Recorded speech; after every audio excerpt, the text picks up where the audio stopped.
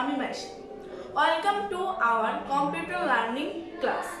আজকে আমরা একটি কম্পিউটারের কিবোর্ডের সাথে পরিচিত হব। কিবোর্ডের সাহায্যে আমরা লেখালেখি বা কম্পিউটারের কোনো আদেশ দিয়ে থাকি। একটি কিবোর্ড সাধারণত এমনই হয়। কিবোর্ডের বাটনগুলোকে 6 ভাগে ভাগ করা যায়। 1. ফাংশন কি, এখান থেকে এগুলো হলো ফাংশন কি।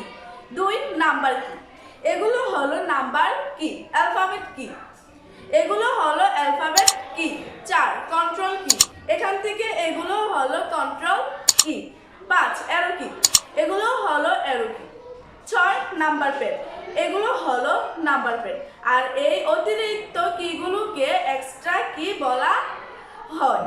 বন্ধুরা, আজ এ পর্যন্তই। আসসালামু আলাইকুম।